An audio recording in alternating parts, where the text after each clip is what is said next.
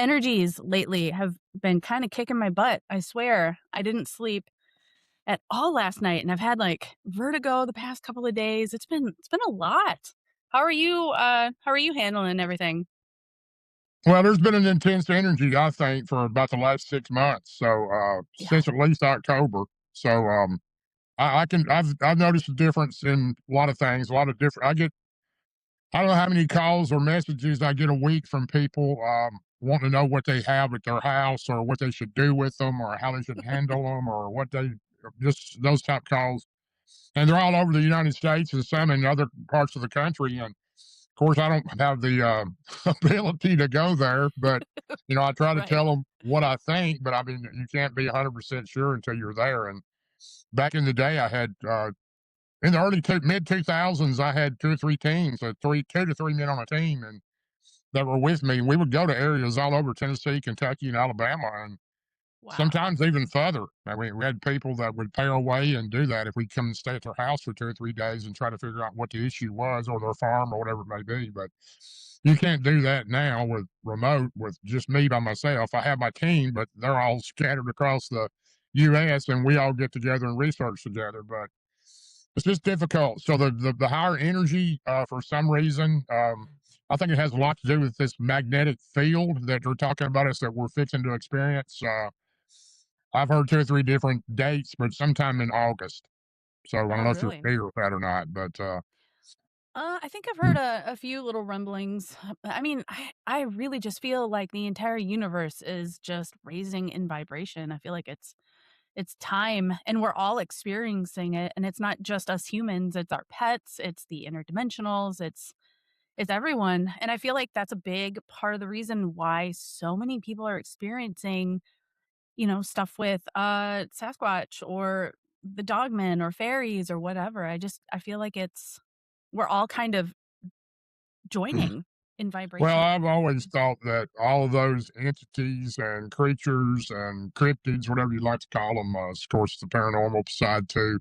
I've always thought, and I still believe that it's all connected in one way or another anyway. So I think when one's affected, the other ones are affected, and it just makes a difference. And we're in that time in the world too, where things seem to be more of than there once was. 30 something years ago when I got started in this, I didn't hear of that many people that were seeing the forest people or Bigfoot or anything like that because they were scared to tell people mainly. But at the same Yeah. time, you didn't have as much media that you have now with social media, with the internet and all this, with podcasts and groups and radio stations, and there was nowhere to go. You were pretty Mhm. much on your own or tell a friend, and a lot of them thought you were crazy. So Oh, yeah. now we're in a point where there's no doubt in my mind there's more of these creatures than there ever were, and they're producing at a large number. And I was at a conference speaking a few years back, and I heard a well-known scientist on the stage who did a lot to prove the existence of these creatures, and he made a statement that there might be 5,000 of these creatures in the United States, and I'm a very respectful person, but I almost started laughing because I believe there might be that many in Tennessee. But I know. I know, I I live don't. in Michigan, it's probably more than that Well, just here. y'all have got a lot of stuff in your area. I mean, it's Tell well me known about with it. Dogman in that area too. So, Mhm. I get a lot of calls and a lot of messages from people from Michigan. So, Mm, and people, some of these people are afraid to go out to tell anybody, even the authorities, because they think they're crazy. So, it's true. It's true. Yeah, up it's, in I live in the U sorry to interrupt. you're fine. Go Um, ahead. I live in the UP up by Lake Superior, and, honestly, I haven't found anyone else who is well, besides my brother. My brother recently told me that he had a sighting last summer. But no one else, you see the stickers on bumpers and everyone's got the little icon of the little Sasquatch guy, but nobody wants to talk about it up here, and so that's part of the reason why I started the podcast was because I was having some pretty strange stuff happening, but I didn't know a single person, and I'm already pretty woo, I've been working on my energy for a couple years now, and, yeah, I really thought Sasquatch, Bigfoot, whatever you wanna call him, was like, I don't know, some sort of, like, archetypal energy, or I don't know, some sort of mythical, like, myth. I didn't really think it was a real thing, and then, I started getting bangs on my roof, and all this other stuff started happening, and I didn't have anybody to talk to. So I'm really glad that you have the patience to answer all of these people who have questions, because this stuff can be really scary. And like you said, people still, it's so weird. It's 2026 now, and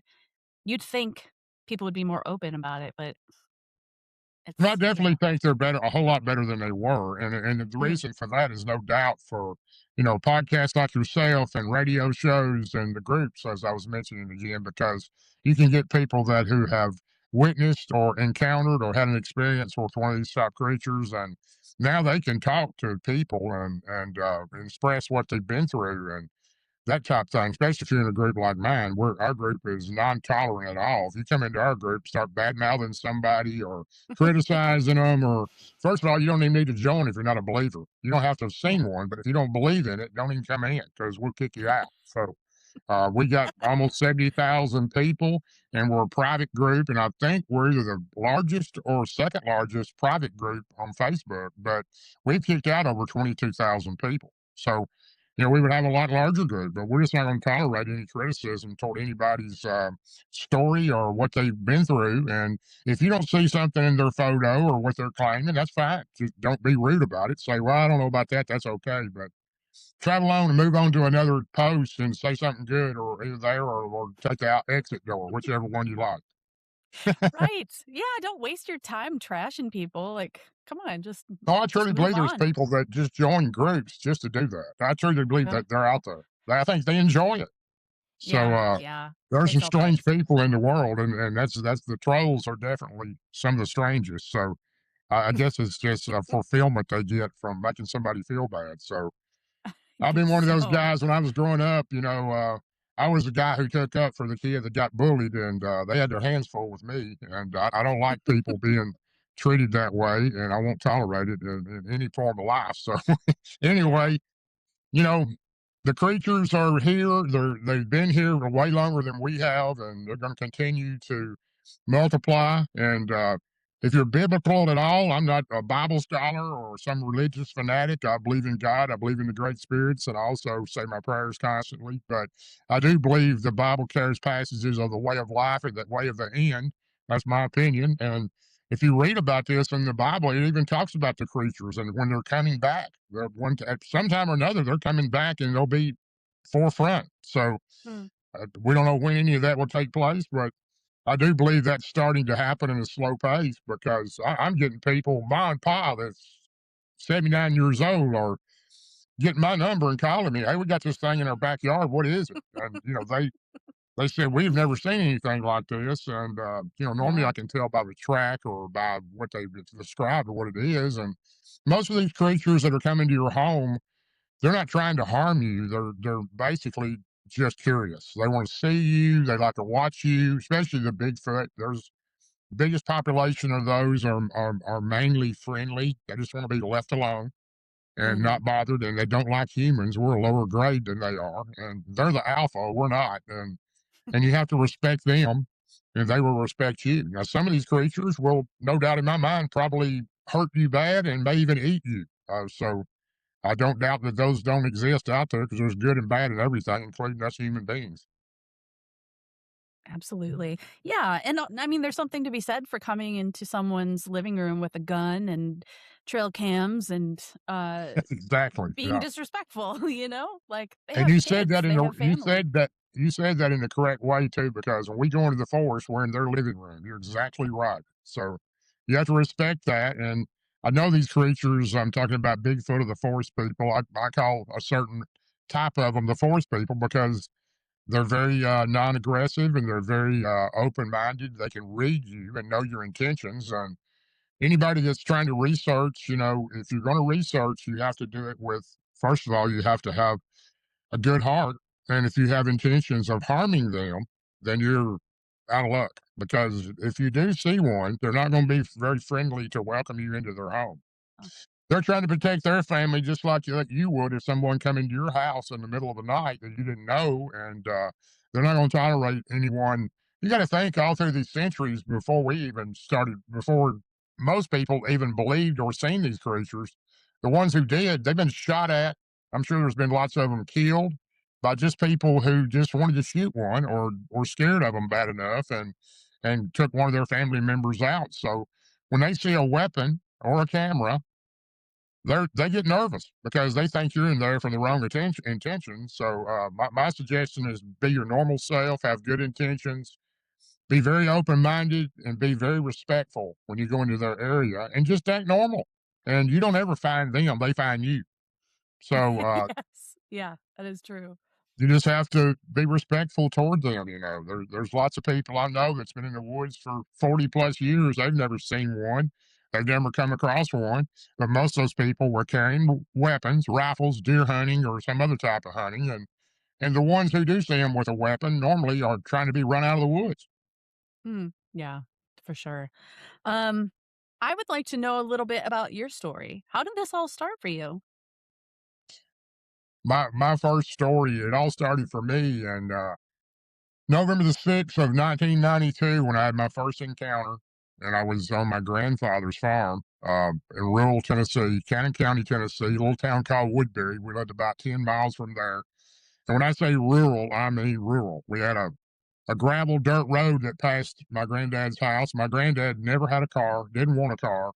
He drove two mules and a wagon to town every other week to get groceries and supplies. So he was very old fashioned, pretty much wanted to live the way that his parents grew up and his grandparents did, and he didn't really want any changes.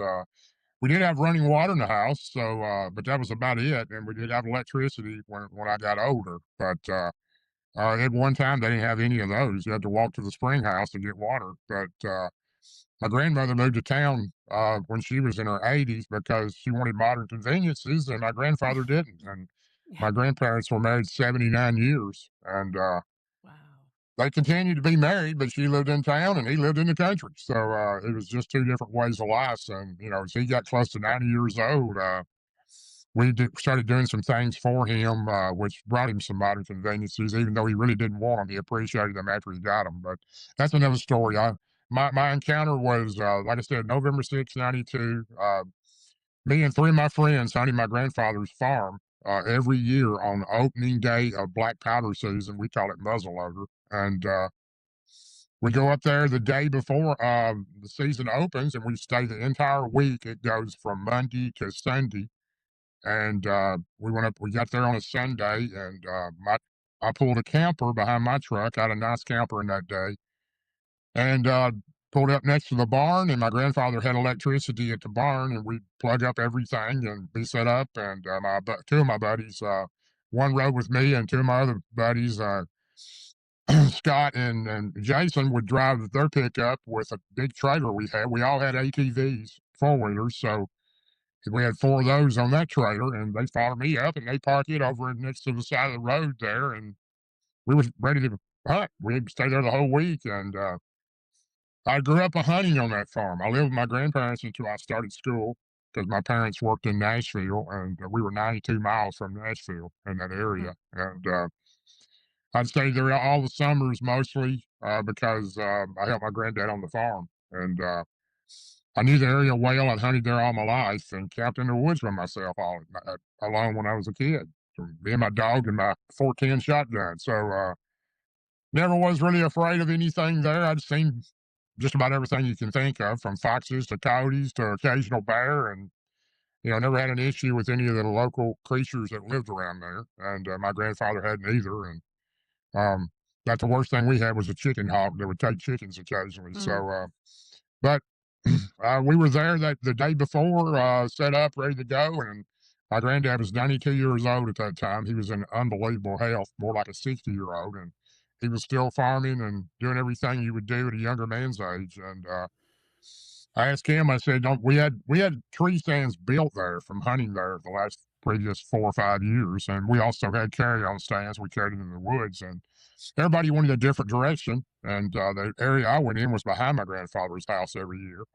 Except this year, I wanted a trophy, and my granddad said, "Go there," and he pointed out from his back porch pretty far away, like the third hollow, I could see the top of the hill where a tree was. And he said, "You see that tree? Go there. And at the very bottom, you will see a creek. And you've been there before, but it's been a lot of years. And it's an old grist mill there, what's left of it. And my old home place is in a clearing in the middle of those woods. And there's a remnants of the chimney and the tin roof there." He said, "Go there and you'll probably see your trophy buck because nobody's been in there in 30 or 40 years. And that's probably where you need to go." So next day, my granddad came down and knocked on the camper, and I headed that way. And I went, I got my climbing stand that was already there the day before because I'd walked there, and I put it on the tree where I wouldn't have to drag that through the woods and at 5 o'clock in the morning. And it Mm, was there yeah. and set up, and all I had to do was get to it. And I went through the gate behind my grandfather's house and walked across about a 200-yard wide field where the cows were in it that he had, and it was fenced. It had a metal wire fence with a couple strands of barbed wire on top of it, and it was about 6.5 or 7 foot tall fence. And when I got to the other side of the field, through a lot of sage grass at that time of year, like brown grass that grows in the field, Mm, I climbed over the fence and jumped in the leaves and was headed up the hill. And these are steep, steep hills. I mean, like 45-degree angle. They're almost straight up. And so a lot of hills and hollows, or a lot of people would call them hills and valleys, but they're steep. And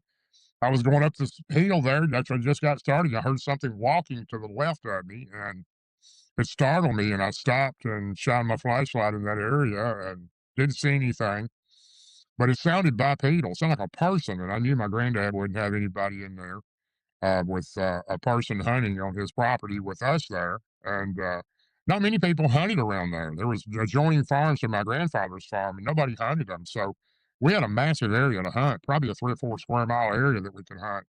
And I made it on up the hill. I didn't hear the noise anymore. And by the time I got over to the last hill and was going down, it's about a 45-minute plus walk into there to where I had to go. And in the dark, it's a little different because I'd never been that far in those woods. And mm, I'm coming down the hillside there, the last hill, and I get almost to the bottom and I hear something on top walking. And it sounds just like a person, but it's heavier. And I stop and I shine a real bright, small flashlight.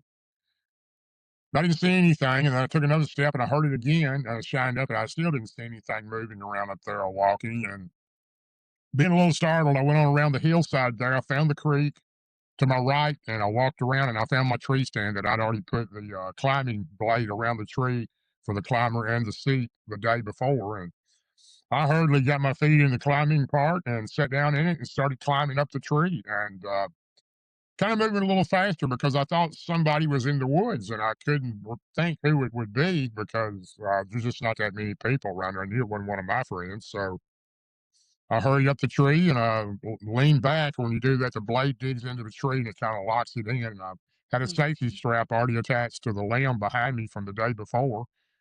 And I put it around my shoulders and under my arms. And I had a 28-foot rope, and I know it's 28 feet because that's as high as I like to go up, and it's tied to my belt loop, and my rifle is on the end of it on a hook. And after I get seated, I lean back, and then I pull the rope up and get my rifle, and I have a little bar on this climbing stand that pulls up from the bottom, and it's got a camo cover attached to it, and from right below my chin all the way past my feet, it covers up me very well. I pull that up and lean my um, gun against the bar and reached up behind me and put my fanny pack with my powder loader in it and my black powder horn and my bullets and my firing caps. And then I had a pair of binoculars on the little limb there next to me with my lunch for that day 'cause I was planning on staying the day. And got kind of settled in and leaned back and everything was looking good. I still had that on my mind about what that was in the woods. I knew it wasn't a horse. I knew it wasn't a cow. And but I didn't hear it anymore. And I waited around, and then the sun started to come up, and it's a real foggy morning. I could not see the clearing on the other side of the creek. The fog was too thick coming off the creek, and it eventually cleared. And seemed like it was around 8 o'clock, or maybe a little after 8, when I could see really good across the creek, and the sun was out pretty good at that time. And I was just sitting still waiting for something to happen, and I looked to the left of me, and there's a large cane thicket. Looks like bamboo, but it's we call it cane in Tennessee. It grows on riverbanks and creek banks, and it was all down the left of the side of that creek to it went around a bend, and I couldn't tell what was on the other side of it. I could just see the tops and the one side of the cane, and then I noticed to the left of me, somewhere right around that cane area, a doe, a female deer, walked out of that cane and walked through the creek. The doe deer had crossed the creek and went up on the bank there and was walking down in front of me. I'm on a 45-degree angle on the side of this hill. I'm almost looking over on the deer from the height I'm at, and it walked down this game trail, and I had hung a drag rag on a oak or maple tree there to the right that day. A drag rag is what you put on your feet, around your boots, elastic strap with a little cloth on it. It covers up the human scent and it attracts Oh, okay. buck deer into the area. You put what's called a doe and estrus scent on it, and it helps attract the buck or the male deer into that area and covers up your scent. I hung it on that limb the day before. It was up about 8 foot because I'm 6'5". When I reach all the way up, I can reach about a little over 8 foot, and that's where it was hanging. And the doe walked around that and didn't look at it. And then two other deer come up behind it, and they looked like her yearlings, maybe a year old or something. And these deer were just acting normal. There was a large acorn crop that year, and they were just kind of milling around in the leaves, and they were eating acorns like deer do that time of year. And I watched them for a good while, and they kind of walked in front of me to the left a little bit, and then all of a sudden I catch the big, the big doe, probably the mother of these other two. She's completely froze. She's looking to the left into that cane thicket. I mean, just like staring something down, and I looked at the other two deer, one to the right of her, one to the left, and back behind her. They were doing the same thing. And I'm thinking, well, here comes a massive buck deer. I mean, there's a big deer about to come out of there to come to this doe, and that's normally what you think when you see something like that. And this deer was so frozen, it was very unusual. I've never seen a deer stand that long. It was probably 2 or 3 minutes, and she hadn't moved. And then she takes her right front hoof and raises it and paws to the ground 3 times, like she's trying to get something to move. And nothing happened, and she still froze. And I watched her ears twitch a couple of times. She's still looking in that spot. Then she raises her head and she blows really loud. It sounds like somebody's sneezing in the woods, except about 3 times louder. And I mean, it's loud. And then she looks right back in the area, and then she turns and takes off running right in front of me. I'm overlooking this. I'm overlooking that game trail almost across the creek. And she is running so fast, and the other two deer following her. And I watched them run off to the right of me into the hardwoods and until they ran out of sight where I couldn't see them anymore. And I'm thinking the whole time, here comes a massive buck. This coming out of this cane thicket over here somewhere. And I've never seen deer run like that before, unless somebody startled them or somebody shot at them. And it was very unusual for them to run from a buck deer like that. So that was on my mind too. But I'm still excited. I'm thinking it's a big buck over there, and I start watching this cane, and this cane's anywhere from 12 to 15 foot tall, and it's real thick in there. A person can't hardly walk through there. It's so tight. I've been in those cane tickets before, and they're hard to get through. All of a sudden, the back of the cane to the left of me was moving. The top of it, I could see the top moving, like and it was coming from the back to the front, and it was a pretty deep cane. I don't know, it's probably 25, 30 foot deep, and I was watching it get closer to the front, and all these big pieces of cane are moving. I'm thinking, this is one massive deer here to move this cane like this. And then it stops, and it's at the edge, and it stopped, and I can't see what it is right at that moment. It's on a little bend there, and I'm thinking it's a buck. So I've got my 50 caliber one shot black powder rifle in front of me. I reach down and pull the trigger down. I hear it click. So I'm ready when this thing comes out, because you only got one shot with this thing, because you can reload, but it takes. I'm pretty good with it, but it still take me a good 10 or 12 seconds, and probably wouldn't have a time to get another shot off. So all of a sudden, this creature steps out, and I'm just completely floored. I can't believe what I'm seeing. I keep looking at it like, what is that? Is that a man? And I kept looking at it, and it's then it takes one step, it leaps the entire creek. And this creek's, I don't know, 10, 12 foot maybe wide, and lands on the game trail on top of it. It's just taking its time, and it walks straight down. And I'm overlooking this, area now, walks straight down and stops and turns around, looks right at me, didn't knew exactly where I was at. It's no doubt what I heard coming in, and it's staring right at me, and it is really pissed off. I've never seen anything since ever that was that mean looking, that nasty looking, and that mad. This thing was really mad at me, and it was looking at me with his eyes squinched like it just wanted to kill me, and it was showing me its teeth. Kept showing me its teeth, gritting them and showing them to me, and then it started to growl. And I'm thinking, what in the world am I looking at here? What is this thing? And I'm trying to debate, what do I do if this thing comes across the creek? Do I shoot it or what do I do? I've got one shot. And I remember in my mind, I was literally just trying to breathe. It was like I was unbelievable. Couldn't believe what I was seeing. And I don't scare very easy. I don't remember anything ever scared me like this thing did. And it was so angry.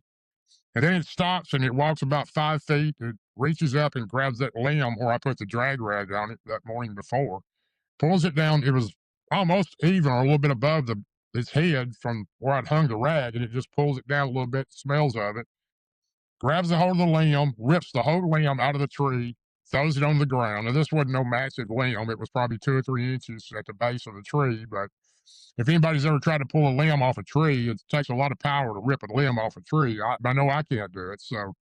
Um, I was in shock. And then it walked right back where it was at, turned around and was looking at me again, still just super angry.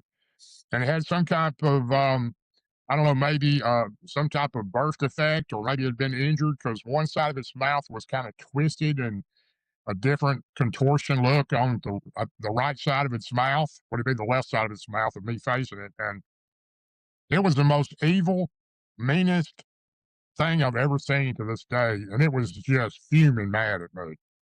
It was still growling. It was still showing me its teeth. And I thought, this is it. This thing's going to come across this creek. It's going to come up this tree and pull me out of it. And I was trying to make my mind up. Thought train was 100 miles an hour. Should I pull my gun up and pop this thing right between the eyes, or what should I do? And then I started thinking, well, if I shoot it and it doesn't kill it, it's really going to be mad. So I just kept sitting there with my hand on my rifle, leaning against the post. I never brought it up.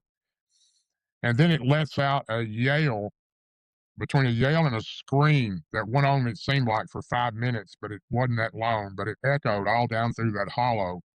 And it was so loud and intense. I remember feeling every hair on my head and my body stand up as this thing yelled, because was thinking, well, I asked for your help, Jesus. I remember praying when this thing was, it was coming. It was coming to pull me out of this tree. And soon as the yell ended, it just stares at me and gives me a snarl look, and out of nowhere, it just turns and it walks off, walks away. It turns and looks at me like that one time as it's walking away, and I watched it walk off into the hardwoods.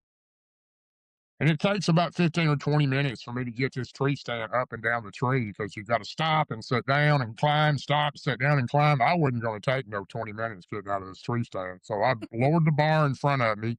I jumped 28 foot out of the top of that tree. And on that Wow.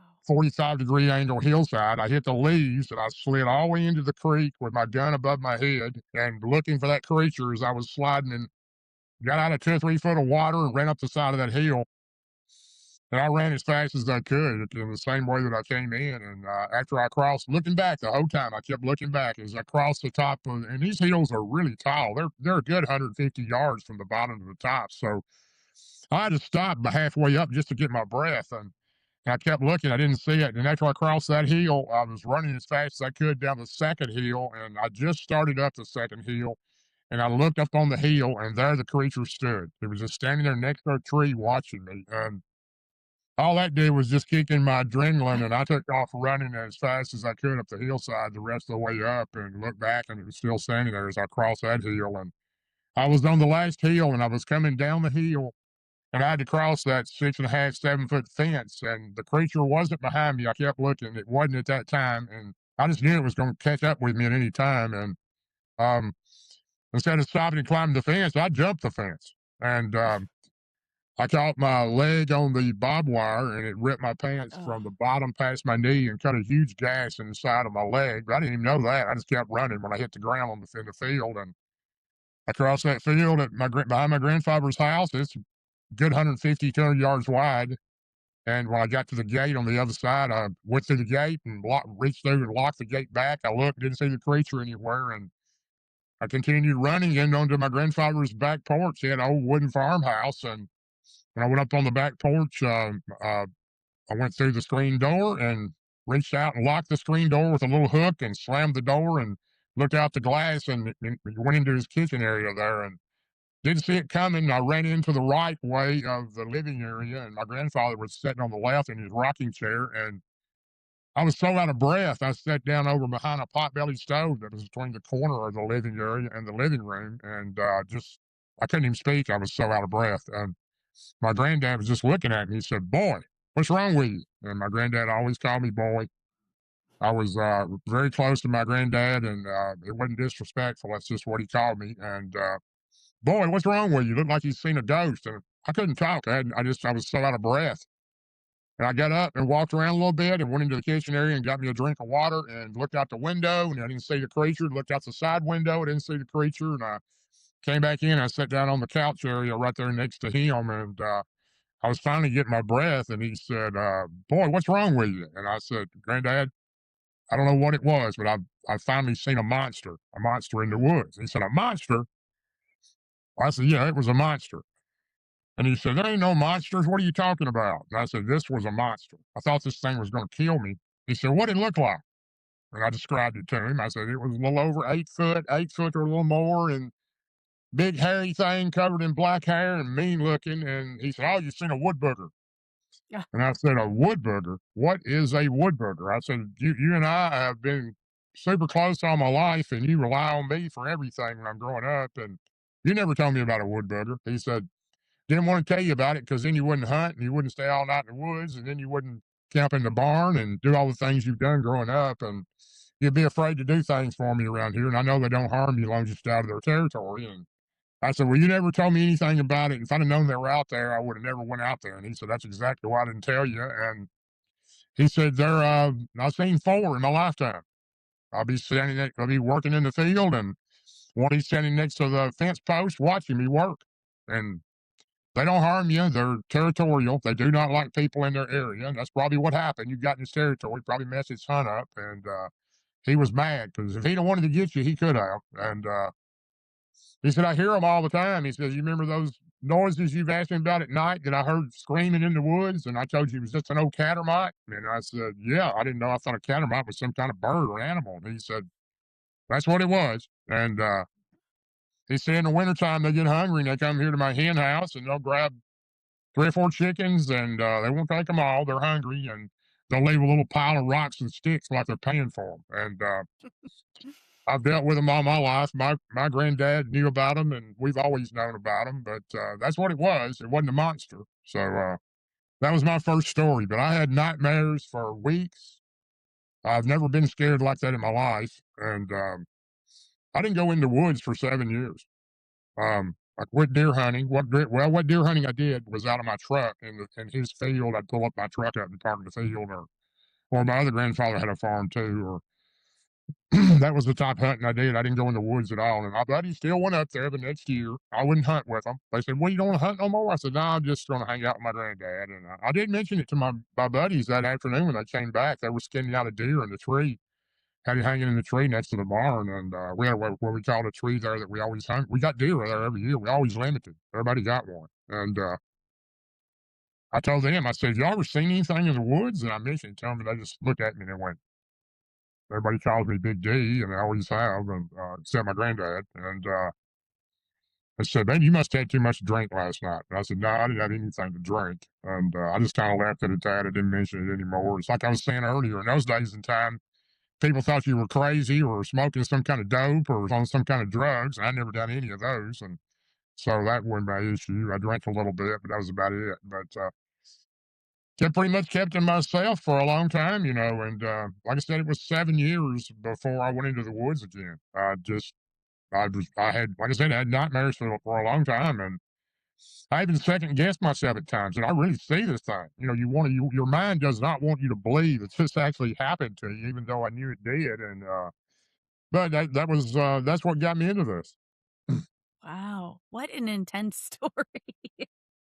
Oh my gosh. I don't blame you for not wanting to go in the woods. That's terrifying. And you didn't I mean, you didn't have any idea that that he was just being territorial or maybe family was around or who knows. Like you just were just you were just doing your thing and then this guy comes up on you and wants to kill you. I wow.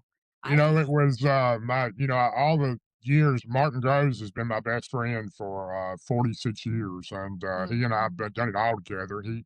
He was in the sheriff's department 32 years. I was a mayor for a long time in the same area he was in same county. And, we were close. And Ron Moorhead, my other best friend, we all researched together. And my buddy Mike Smith, he's a high school coach in Kentucky. And that's my research team. And, I went through this with Martin because it was only 6 months after I had my encounter that Martin had his encounter. So, Mm, we just luckily happened to be best friends and work together all the time. It was him being the sheriff's deputy and me being the mayor, and we would go to lunch together. And then after April of '93, mine was November the 6th of '92, and here I am with PTSD. Practically, I didn't want to tell yeah, anybody what the heck happened. And I mentioned to Martin right. a few times, "Have you ever seen anything in the woods?" And he kept asking, "What are you trying to tell me, Big D? Just go ahead and tell me." And told him a little bit of it, and he was open minded to it. He didn't think I was crazy. I didn't tell him the entire story, but I asked him if he'd ever seen anything and stuff like that. I was kind of working my way up, and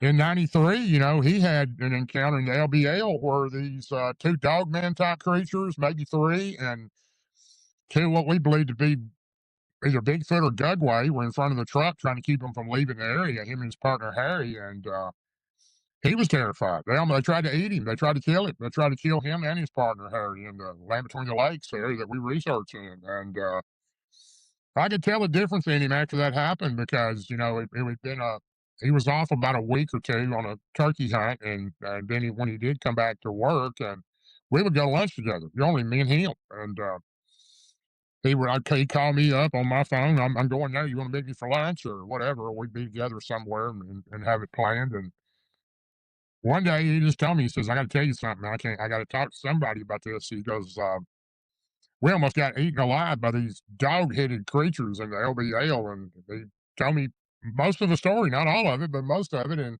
I could tell that he was scared to death, and I knew the feeling because I had the same feeling myself. And I said, "Man, we've seen some things that nobody else apparently has seen because they're real." And he was anyway. Long story short, in 2022, I went with Martin to the Paris, Tennessee Dogman Conference, first ever. And for the first time ever, me and him and Barton Unley were there together. And Martin got up and told his story. He never told his story to anybody but me until that time. And that was a very large conference, a lot of people there. And he brought the house down. People could tell how genuine and how honest he was about what had happened to him, and it just relieved the entire world off of his shoulders. He felt so much better after he got to finally tell his story. So Yeah. it was an That's amazing day. It really was. I mean, it's you can't hold stuff like that in. You just can't. It'll eat you up, you know? Well, it's just like we talked about before this during the first of the show. We're so blessed now to have shows like yours, groups, an area that you can reach out to now in social media. And if you've had one of these sightings, encounters, events, whatever you want to call them, you can talk to people. You can find a place that's safe, like our group, Bigfoot Believers and Other Creatures. Then we're not going to ridicule you or criticize you or call you an idiot or a liar or you didn't see anything or any of that stuff. Mm, We're going to let you share with us what you got, and we're going to welcome you and make you feel safe and let you share your experience with and feel good about it. So, and that's the way it should be. So, that's awesome. I feel like that's so important, and so thanks for doing that. Honestly, well, as when I started this group going on 4 years ago, and I was Michael Patterson and I. I believe we started the first Bigfoot group on Facebook, and that was in 2015. We started Blue Ridge Sasquatch and Crypto, and that group is Mm, still there. I'm still a member. At that time, Mike and I were good friends, talking all the time about stuff because he'd been through a pretty amazing event himself with a Bigfoot. And is that, still, Mike Patterson from Sasquatch, Ontario?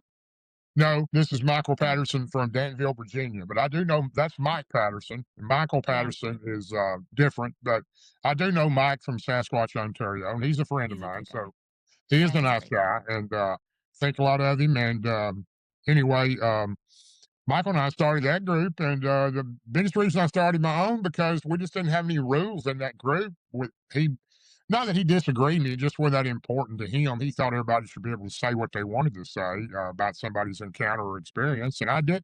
So I started my own group, and I don't tolerate it. So, and Michael's a member of my group, and I think the world of him. And we don't have a conflict of dislike for each other. It's just my beliefs a little different than his, and that's the reason I started my group. So, Yeah, it's all good. I'm just glad that, there's no tolerance for bullying and no, there belittling really people's shouldn't be. experiences. There shouldn't be in Yeah, any groups. I get asked to join groups all the time. I mean, I get probably 10 or 12 requests sometimes a day. And I probably belong to maybe 15 or 20, and all those groups are respectable. But I mean, some of these groups, it's amazing to me what they do in those groups. I don't even understand why anybody would join them because it's a constant ridicule and to make people feel as low as they can about themselves. And there's no rules or regulations. And that's why I made my group a private group. So we control, your actions. So yeah, you can yeah, be nice or you can go somewhere else. That's pretty simple. exactly. So, So have you had very many kind of, I guess, on the multidimensional side experiences with these beings? I know you've had a ton of experience. since '92, I've had for two other families that I tried to friend.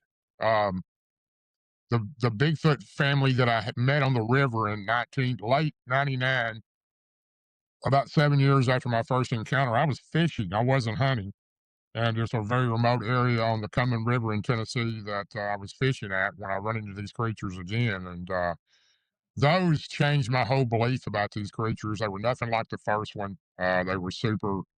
Um, Very non-aggressive, very cautious with me, but I built trust out of the younger one and then a couple other members in the group, and they became my friends for nearly 5 years.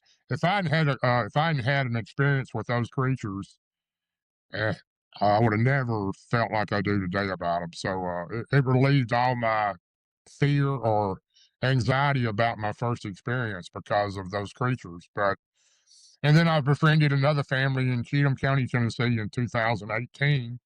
Billy Howell and I did. A friend of ours called, and his girlfriend and him were scared to death because these creatures, they didn't know what they were looking in their windows at 1 or 2 o'clock in the morning, scaring her to death. And we kind of investigated that area. We went down there and checked it out and realized what it was. And we spent a lot of time down there. We spent a good 3 years down there with those creatures doing different things with them, watching them, meeting them out in the woods. We did keep them away from the house, um, but they were not as friendly as the ones on the river by any means. So there's a lot of different types of these creatures, and I don't. I'm not. The only thing I'm an expert at is saying my prayers, but I don't know everything. I can only tell you what I've experienced or encountered. So but there's a lot of these different type creatures, Bigfoot creatures around. I don't know how many. Back in the time when I had my first experience, I had nowhere to look to find out anything about them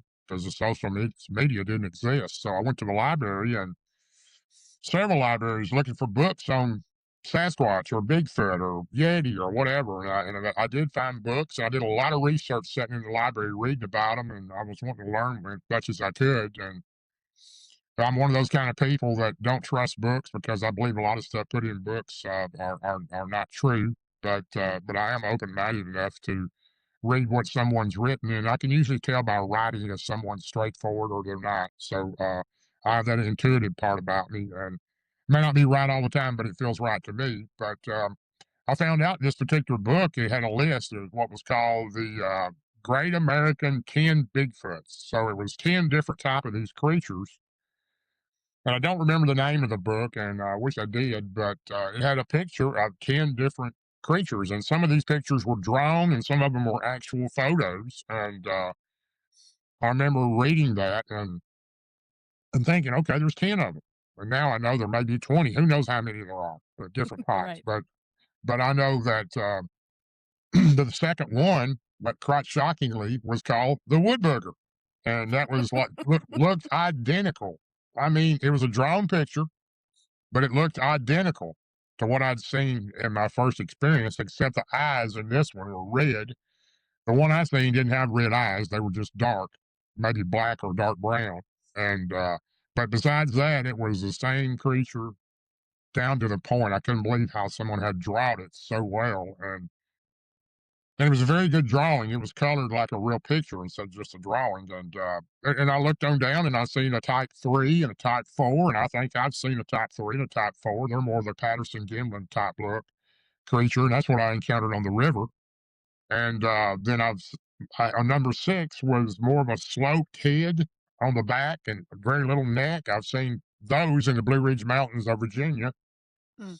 And I mean, I think I've seen 4 or 5 of different types in that book. There was some in there I'd never seen and may not ever see, but some look more human with less hair and stringy hair hanging down in front like long hair. But I've never seen one of those. So I'm sure there's lots of different types out there.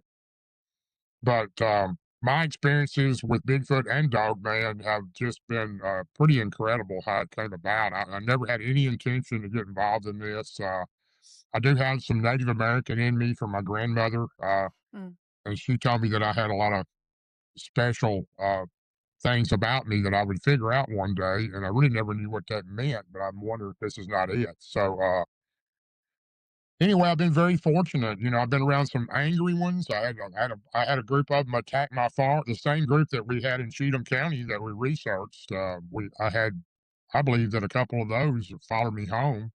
That was in 2020, and for 2.5 months, they put me through hell on my farm. They scared my animals to death. They tore up my property. They killed all my cats, scared my Oh, horses to man. death. And, you know, I've had a couple of bad experiences. Scott Carpenter helped me rebuke those. The late, great Scott Carpenter, my friend, Mm. researcher. And then I've had good experiences where they were just, it's just like people. There's good and bad in all these things. You're going to have I good ones, you're going to agree. have bad ones. And, you know, it also has a lot to do with how you treat them. And they also pick up on your intuitive ability. I think they can read where you're that good guy in the woods or you're the guy that's there to sneak up on them and shoot one of them. So I'm sure that has a lot to do with the bad things we hear about. So Yeah.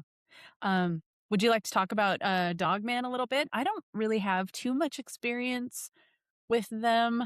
I've felt them in the woods, but I've never been in contact with them. well, you know, I'd never even heard of a dog man in my life until Martin Grove's accident. I mean, his encounter in '93, and he didn't call it a dog man then because he didn't know what it was called, but Mm. he called it a wolf, dog-headed looking creature. And later on, the term dogman came out, and that's what we went with since then. So some people call them werewolves. I think they look a little different. I think a werewolf.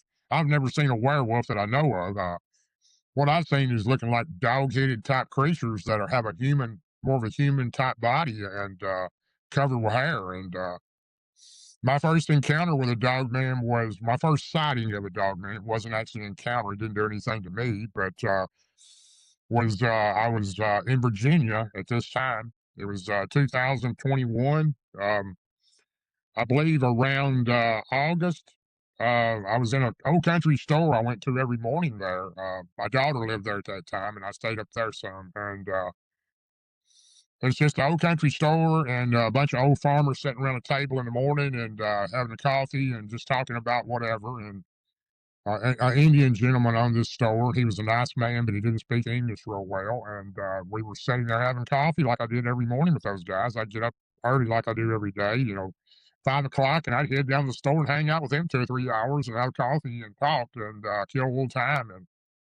I'm sitting there, and this man walks in with his son, and he's at the counter, and he had just filled up with gas outside, and the guy who owned the store, the Indian gentleman, he started saying, "Do you know anybody here that knows anything about creatures?"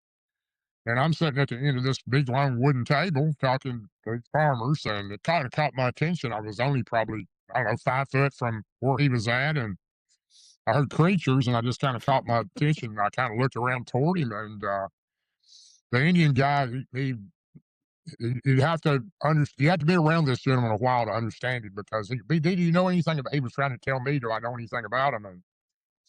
And I didn't tell those guys a lot about what I did because there again I don't want to get on the wrong side with them. A lot of people think you're crazy, so he said, "Yeah, This guy said I've got creatures that's killing my goats," and that really got my attention when I heard that. And I got up and I walked over there and I said, "What's going on?" And he said, "You know anything about creatures?" I said, "Well, I know about some of them. I don't know what you got, what kind of creature it is." And he said, "Well, if you can follow me out to my place, I live with my great aunt, me and my wife and my daughter and my son, and something's coming in killing all my great aunt's goats on her farm." And I said, "Sure, I'll do that." I was going to follow him out there, and I found out he was about 2.5 hours away from me. And I said, "Just give me your number, and I'll call you. I'll come out tomorrow. I got something planned for today. It's just too far of a drive for me to come today." And he agreed and gave me his phone number. And I went out there. Long story short, and went to the. You have to cross a creek where he lives. There, it's in Tazewell County, Virginia. I mean, way out in the middle of nowhere. And you have to pull off a main highway, and you make a left, and you cross an actual running creek. You drive through it. The water's a couple inches deep running through there, and drive up, make a left, and go to the farmhouse and the barn, the little barn area where his goats were. And I went out there. I lost my GPS. It was in the middle of nowhere, no signal. And I stopped and called him, and he said, "I'll meet you at an old abandoned gas station." And it's okay.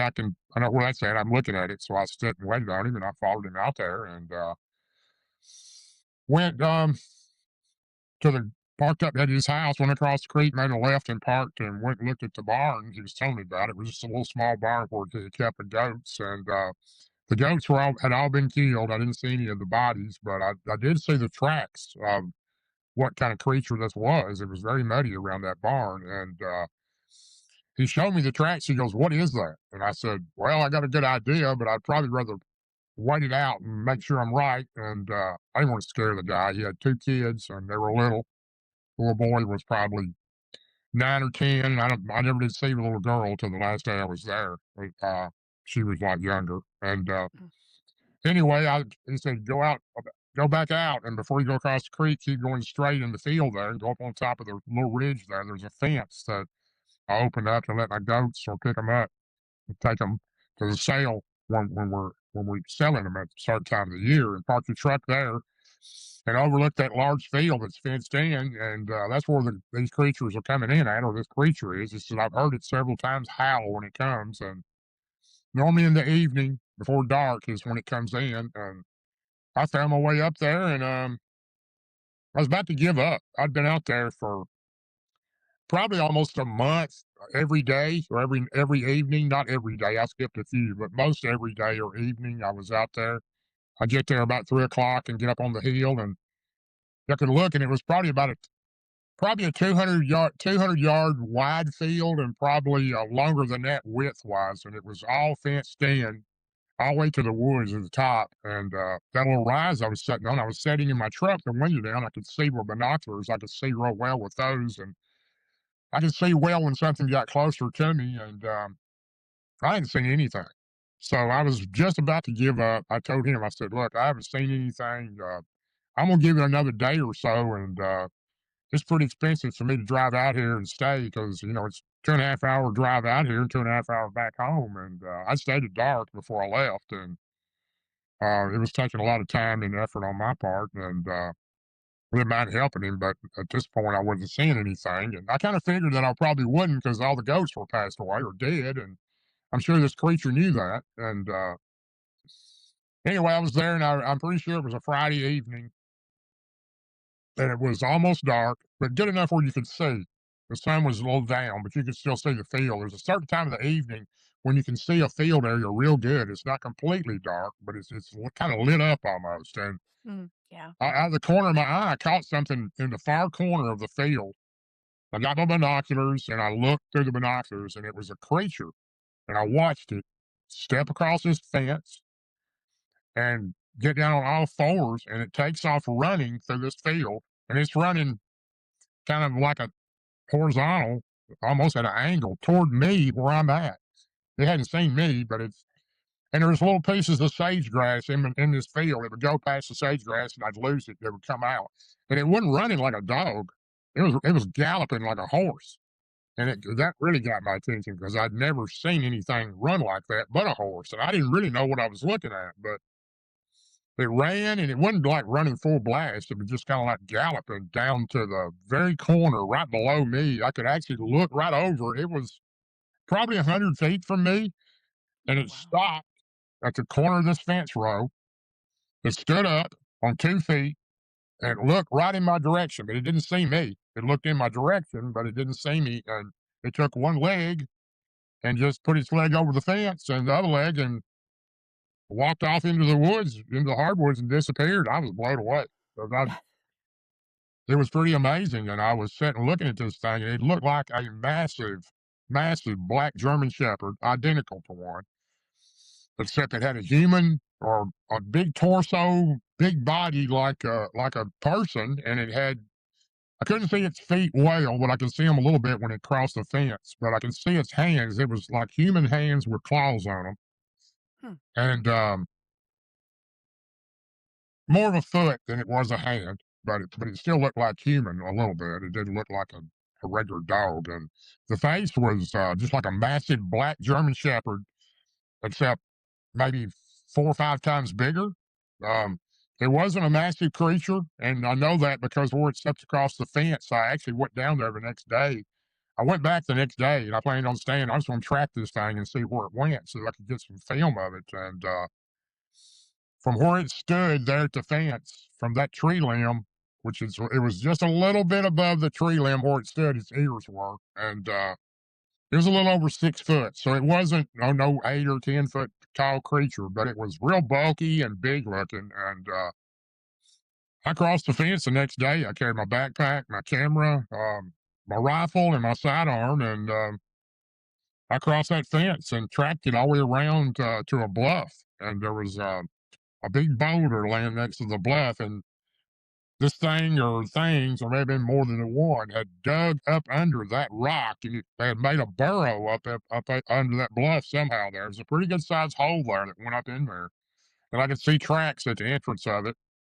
Same track that I seen in his barnyard, and there was a lot of bones on the outside. They're like deer bones and that type stuff, but and they were older bones. Some of them they weren't fresh, and I waited around for a while. I went around the other side of the bluff. It's the only place they were coming and going from. I waited out front of the bluff for probably an hour or so, hidden in the weeds and in the brush, and didn't see anything. It didn't come out, and I got a little unnerved being by myself, so I headed on out of there and walked back. It was a good 30-minute walk back to the fence before I could go back to my truck, and I got in my truck and I was backing out, and I was about to come across the creek, and then this truck was coming across the creek, and it stopped, and it was a Virginia Game and Wildlife Resource Agency, and he rolled his window down, and I already had mine down. And he says, "What are you doing up here?"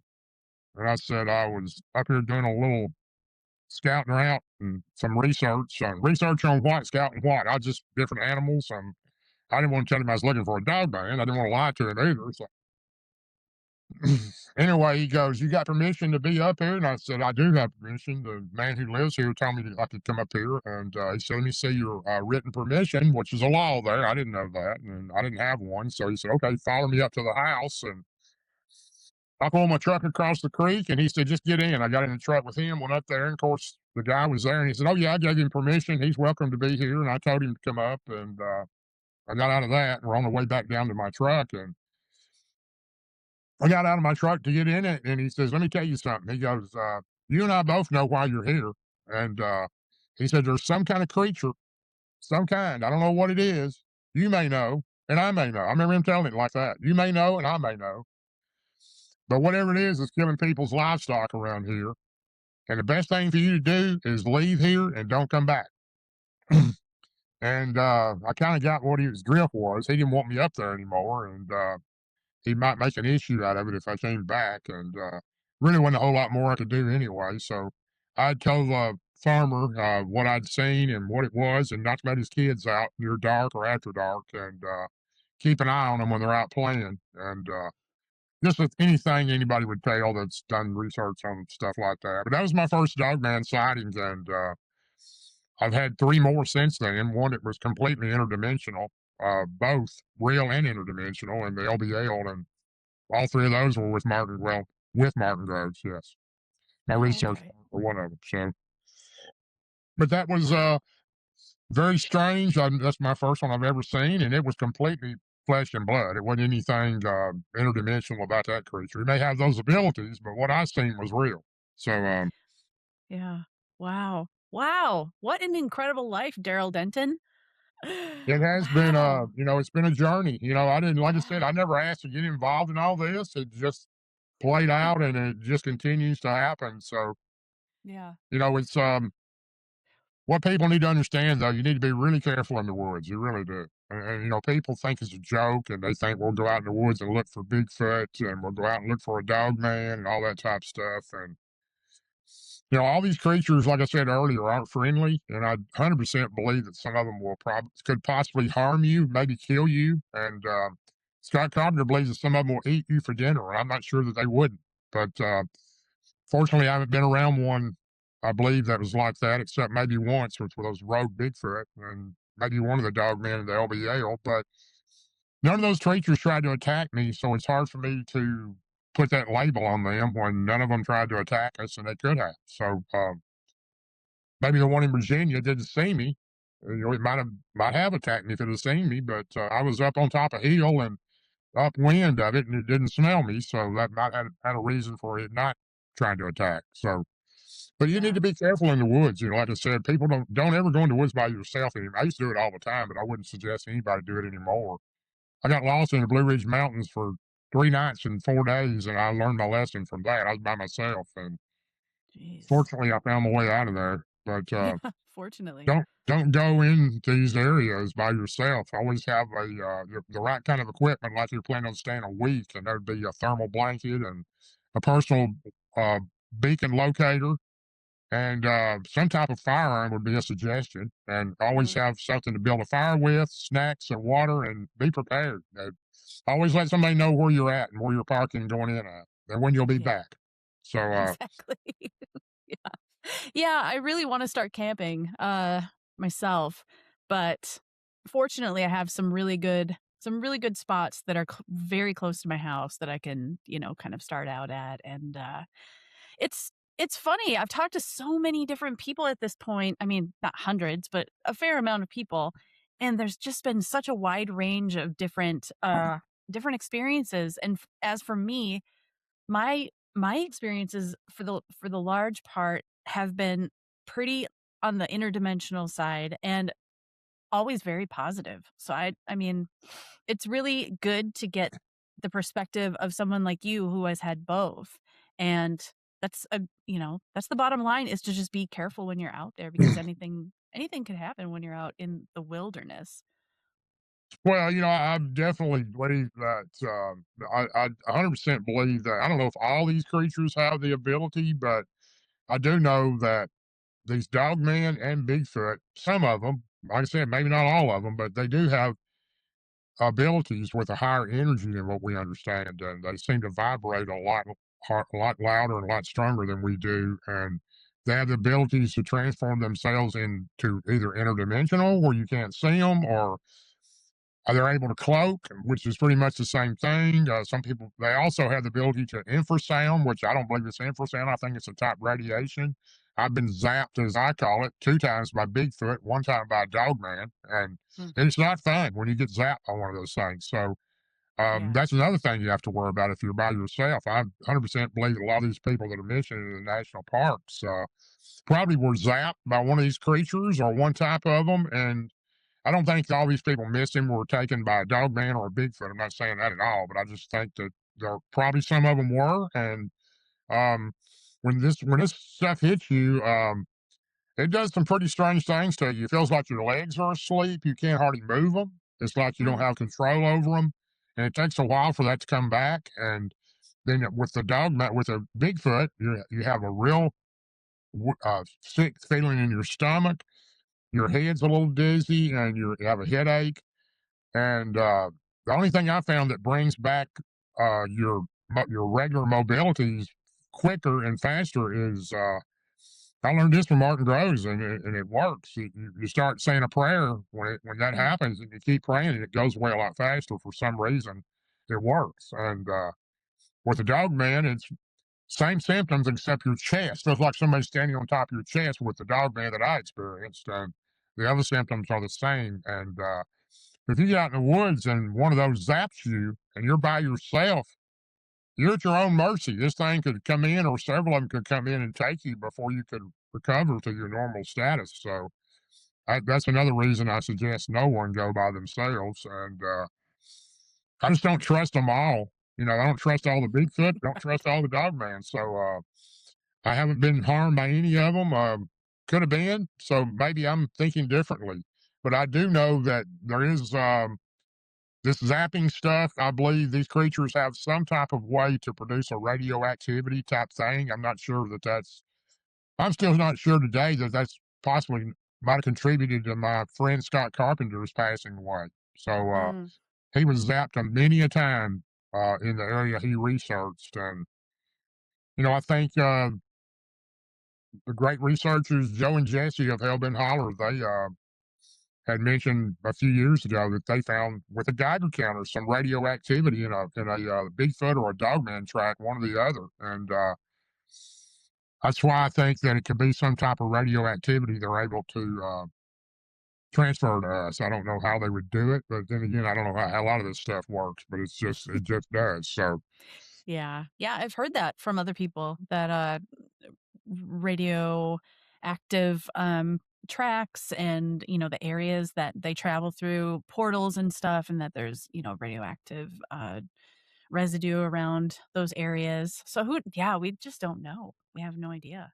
we're learning all So, the time, and if you're not learning, you're dying because you need to really stay on top of this stuff. So I know I don't know nearly as much as I would like to know, but I continue to be open minded and listen to what other people tell me. I don't always believe what I hear, but I still listen to it and keep it as a possibility. So that's the way you have to be, especially if you're into research. I mean, you better be doing that, or you may yeah, not you have come to be back. open-minded. Yeah, A whole lot of exactly. missing people in our national parks and our national forestry. So you better be on top of your game as best you can. Yeah, yeah, I agree. Um, I have one last question for you. I'm wondering, how have these experiences kind of shaped your view of reality, and has it do you feel like it's had a big impact? Oh, definitely had a big impact. I tell people all the time that, my phone's listed on my Facebook profile. I don't mind anybody having my phone number. I get people I've never heard of call me from another country, from another state, wherever. I don't care. Call if I'm available. I answer. And I wouldn't be surprised. I'm so open minded now on what the possibility of the reality of anything being out there now.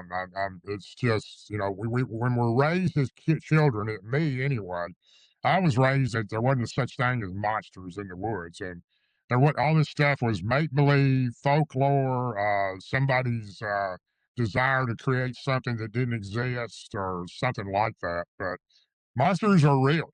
And things live in the woods that your brain does not wrap around because we're taught to believe differently. And if someone called me tonight and said, "You're not going to believe it, but there's a Taladactyl flying around New York City," I'd probably say, "Well, what street's it on?" Because I wouldn't disregard it because I think anything's possible, and I think it's becoming more and more possible.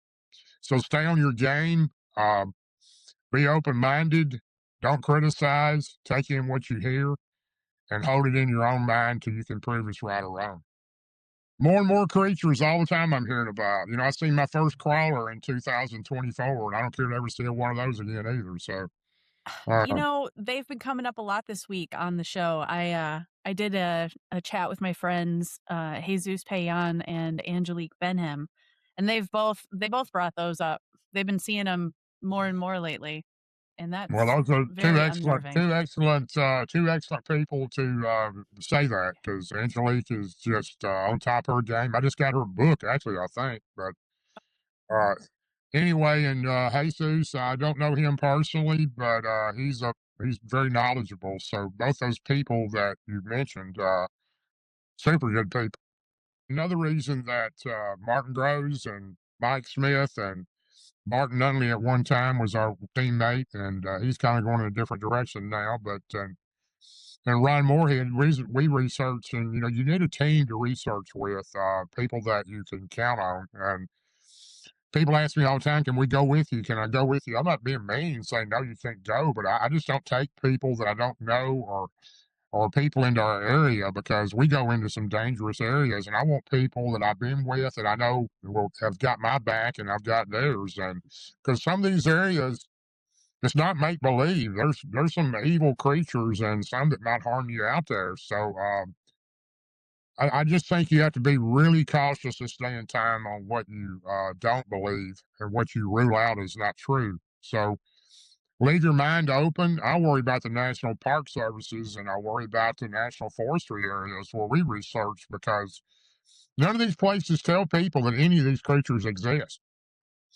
And I'm worried about that ma and pa that takes their grandkids into a tent in the middle of nowhere and camp out one night and they don't come back. So, I don't understand. I do understand why the national parks doesn't tell people because it's 2.8 billion. That's with a B industry every year of money they make off of people renting spaces and hiking trails and all the scenic things they do. And they don't want to take any type of downgrade on that revenue. That's a large number. But at the same time, it ought to be a law that states that there's signs that these creatures might possibly exist. Please watch and be careful where Mm, you are going. So there's yeah. people missing. There's people missing everywhere, and they have Hmm. no idea that any of this stuff exists. Right. Yeah. Yeah. I went to the Gifford Pinchot National Forests in Oregon back in October. I had an amazing experience. I had a super benevolent and loving experience, but I had heard that a few months before a couple people went missing nearby where we were at, and it's, you just know you just never know, so just be aware, I guess. Yeah. I'm a big follower of Dave Pilatus. I don't know if you are or not, but I've followed Dave Oh for yeah. quite a long time, and I've actually spoken at some conferences where Dave was at speaking also, and he's just a book of knowledge. He really is. He studies very hard and stays on top of this stuff, and I don't write off anything that Dave writes or produces, and it's just so many people. It's amazing. I know it's such a long story and another thing to get into, but there's so many people missing in the national parks that it's just absolutely incredible. Yosemite National Park, Yosemite has more people missing from that park than any place in the world. We're not talking about a small area. We're talking about the Wow. world. So, and you don't hear anything about anything happening to anybody there unless occasional camper falls off a cliff or a bluff or something and they pick him up. You just don't hear anything about these places, and I think it ought to be against the law to not tell people what's a possibility. If they don't have evidence, fine, but you could at least put up there is a possibility that some of these creatures could exist. So, Mhm. and especially areas that's had ongoing sightings of certain type creatures that could harm people. So, but that's not ever going to happen. That's make believe. It's just like the government's never going to admit that they exist, and I understand why. Yeah. Yeah, I think unless something completely undeniable happens. I don't know, maybe UFOs land on the White House lawn, who knows? But beyond that, I don't think they're not it's disclosure is a grassroots thing, I think. It's gonna come from us. It's not gonna come from them. So